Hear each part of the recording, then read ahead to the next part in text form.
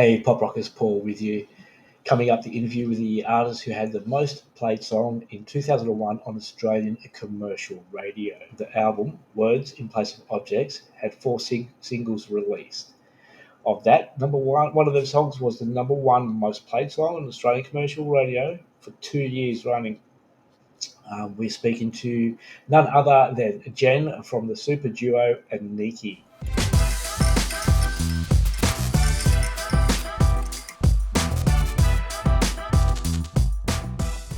Hey Jen, how are you this morning? I am very well here in stinking hot Brisbane. How are you? Yeah, I'm all right. The weather's not too bad here in WA at the moment. Now, just so everyone knows, there's a little QR code that people can scan in and go to your Fearfully Fearless website, all about what you've been up to. Background, yeah. Cool, thank you.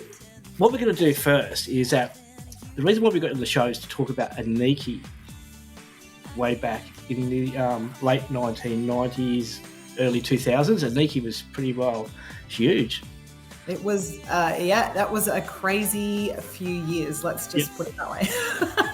Well, in 2001, Pleased to Meet You was the most played song in 2001, I believe. Yep. Most played song on commercial radio for 2 years running, I actually believe, 2001, 2002. So, it beat Can't Get You Out of My Head by Kylie Minogue that year for airplay, which was insane. There was literally a period of time where every time I got in the car, turn on the radio, it was on one channel, I would change it. It was on the other channel. It was like inescapable, which was super. I was DJing in pubs and clubs back then, and I was playing it all the time as well. I just couldn't get Superhero. I just couldn't get Superhero out of my mind. So I feel like Superhero was so it was so sad because I actually feel like there was so many really, really good songs on the album, and back at that time with commercial radio, the way it was in the early 2000s, they played the same 6 songs, and if you were on high rotation on the Oz Stereo network, they were doing polls, so they'd ring people and be like, do you like this song? And they'd play you a bit, people go, yeah. And Pleased to Meet You just kept polling for ever. And it wasn't a period of time like it is now where radio stations would play multiple songs by the same artist and they didn't care. It was literally, Aneiki had one song that they would play on the radio, and until Pleased to Meet You stopped polling, it wasn't going to change, and it just kept going. So then the momentum kind of dropped, and we could never get any of those other singles to get the amount of airplay that I honestly feel like they deserved. I think there's better songs than Pleased to Meet You on that album. So do you think if the album come out now with the streaming services the way they are, you'd get more airplay and more views or listens to the other songs? I feel like it might have been a different environment. There's a really interesting piece around this, which I love talking to people about being an artist and being a female artist at that point in time as well, and being someone who I co-wrote everything, I co-produced everything, I sang every bit of vocal on that album, I wrote every lyric on that album. I literally was a singer-songwriter, but was very bucketed in with the likes of Bardo and the real machine kind of things. And so I didn't really get a voice outside of what the record label would put out for me. Yeah. So I feel like if it was now, the streaming services thing and the direct way that artists communicate with listeners and fans would have made a huge difference to me personally, because I was desperate constantly to try and be vocal and being able to communicate directly, but it just never was able to happen. So there was a whole lot of lack of control really behind. So what happened? Because you had the album come out and it had the four singles on it. Rose played commercial radio song of 2001 for 2 years, and then that was it. Yeah, it's crazy. Happened? We picked up the Breakthrough Songwriter of the Year award at the APRA Awards. Like, we co-shared that award with Sia Furler that year, and it's just like insane. Everyone at that point was like, "This is the next big Australian pop album," all these things, and I just think it was such a series of events that got us to where we did, and then also thwarted the next step. So honestly, it was just that thing. I think that single just did so well, and it was just so hard to get another one out there. Coupled with, I think also, management and record label issues and all that sort of stuff, like the typical bullshit. Well, because I did a bit of research into the music between like the end of the 90s, beginning of 2000s, and there was a lot of duos in that era that all ended around the same time. Yeah. So you had like there was you guys, then there was Bachelor Girl that they ended in 2003, Savage Garden 2001, M2M, which is a European 2002, S2S, another Australian duo 2004, Madison Avenue 2003. Yeah. All ending around that time. Do you think there was a shift in the music scene around that time, or that? Yeah, I think so, definitely. And there was just, I think also there'd been a big changing of the guard as well, with the reality TV shows and pop music as well. Really, at that point in time, kind of made it really hard. Like we landed at a point, like Savage Garden kind of landed. We were meant to be the Bachelor Girl, female Savage Garden piece, follow up to that. And I think the reality TV shows really kind of, in a way, hurt Australian pop music at that point, for sure. It's made it really hard. Now we've mentioned Savage Garden a couple of times. You guys actually worked with Daniel Jones? Yes. Yeah. How was it? Good. So my history with Savage Garden is interesting. That's how everything kind of started, because at 21, I scored the gig as their backing vocalist. Right when they just released I Want You, and it had charted. It was in the top 10 in Australia, and they needed a touring band because they were the duo and they needed a band. And they came to see my cover band playing down at the casino in the Atrium Park, the Gold Coast, to see my bass player, who still to this day tours with Darren Hayes. And they asked me to audition along with him, so I did and got the gig. And so we went from rehearsing in a garage in Acacia Ridge in Brisbane to 6 weeks later, we were on top of the CBC building in New York, because they had a number one in America, and it just went like Burko. So then I spent the next 12 months basically touring the world with Savage Garden as their backing singer, which was incredible. But that's how I met Daniel. And then so in the course of touring, we'd be overseas, and Daniel and I would always be talking, but he knew I was carrying a lyric book around, that I really wanted to do my own things. And we'd, sit in a hotel bar, and he'd like, what's the latest thing you've written? And I'd share with him, and we'd talk about it. And he never really suggested that while I was touring with him that he was thinking about doing anything. But after my time with Savage Garden ended, about a year later, I got a phone call from Daniel, and he was in Morocco, and it was like 2 a.m. and my phone rang and woke me up. Daniel from Morocco. I'm like, hey mate. And he was like, I'm going to start a record label, and you're the first person I want to sign to it. So I was like, dude, it's 2 a.m. I'm going to go back to bed. Maybe you've had a few drinks.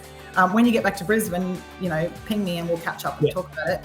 And then he did, and that's when we started co-writing together. So that was right in between the two Savage Garden albums too, which kind of led to this whole Aneiki is the Yoko Ono of Savage Garden story that went out. Which I think isn't true, but also at the same time, Daniel was very much more interested in being in the background of things and not on stage. So we started writing and did the record deal, and then that's kind of how Aneiki started. Well, what about we can't leave Grant out of this. No. How did you meet up with Grant? How did the pairing come up? Grant was an on-again, off-again boyfriend of mine. That's the actual gossip in the background. There you go.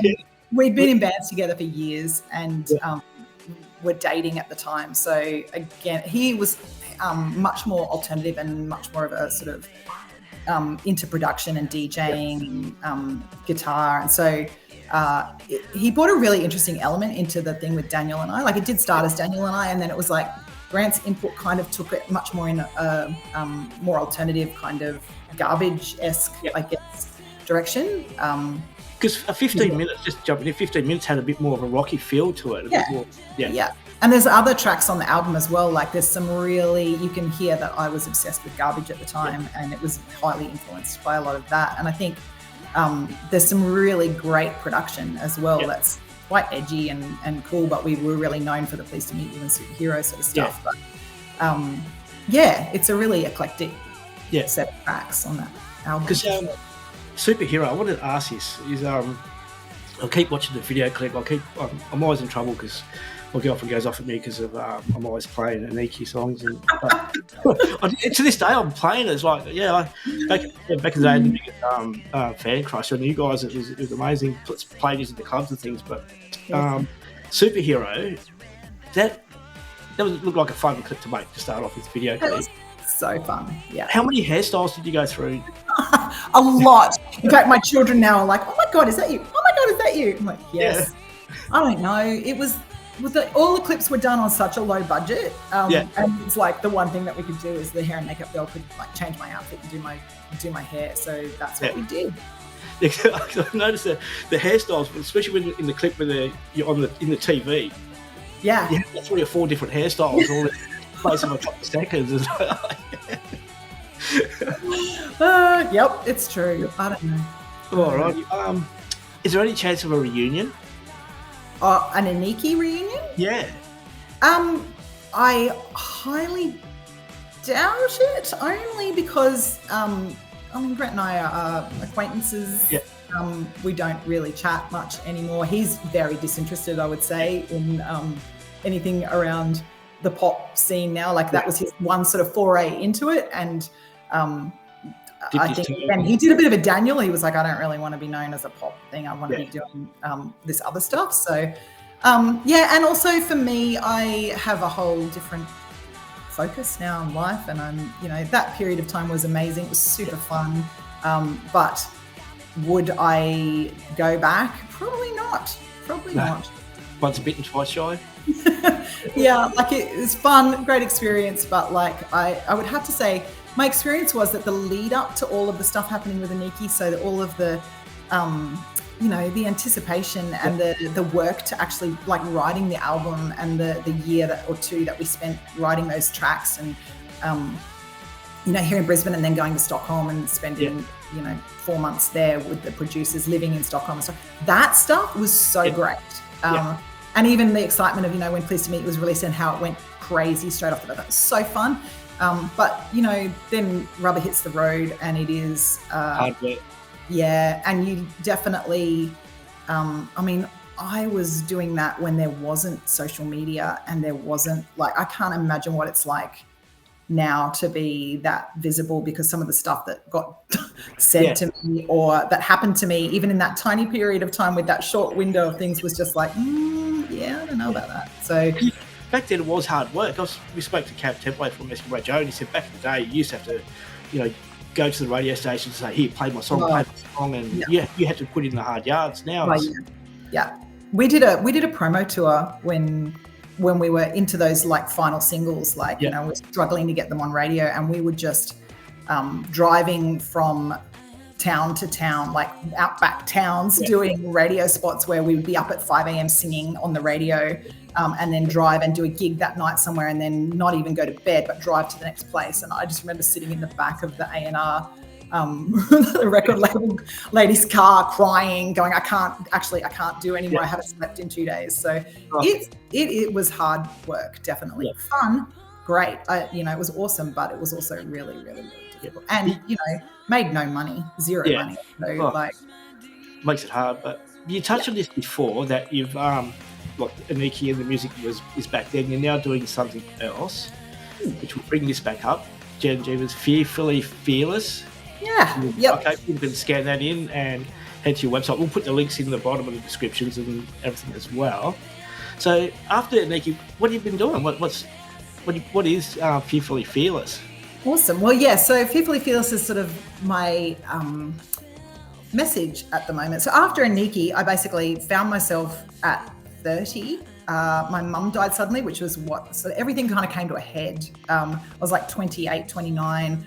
I had a solo deal with Daniel, but it was really, there was a real lack of support from record label. Like everyone was just like, nah, it's done. Yeah. And up until that point, I'd spent my whole life singing and doing music. So I really didn't have anything else, and found myself at 30, basically single, no career, no prospects, no money, no plan. And then my mother died suddenly, and it was just like this moment of, that's fucked, I'm done. Yeah. And from that point, I sort of started a whole new thing. which was I got into web development, started doing design and stuff like that. And today I have a multi-million-dollar agency in Brisbane.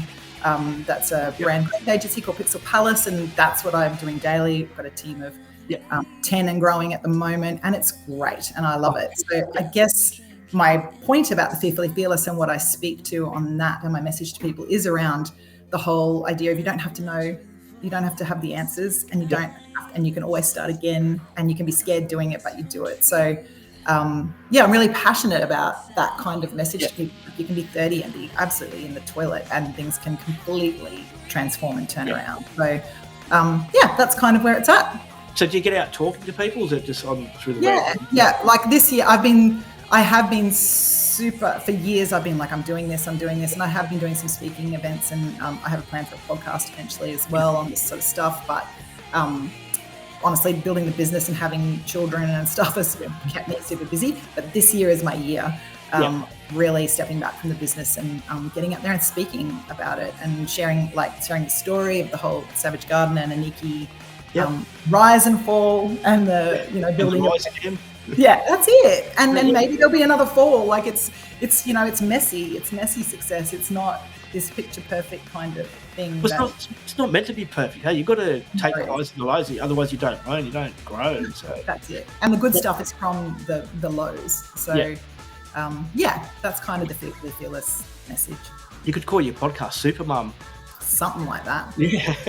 Superhero to Super Mum. Don't know if my children would agree with you. But you're doing everything. You're doing a great job. It's great. It's, in the research, seeing what you've done and where you've been and what you're going to, and obviously in the future, having the podcast and things, it's going to be. I don't like sitting still. I think is my thing. I'm always creating something. Like I'm never happy with just. You're not a Sagittarian by any chance, are you? I'm a Virgo. I'm always in trouble for not sitting still and always doing different things. And my husband's a Saggy and he's the same. So we're both the same. It's a chronic problem. So yeah. Oh, cool.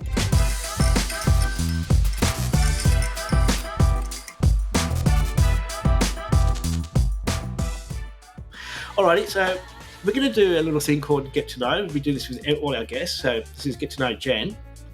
10 random questions. Oh God. Okay.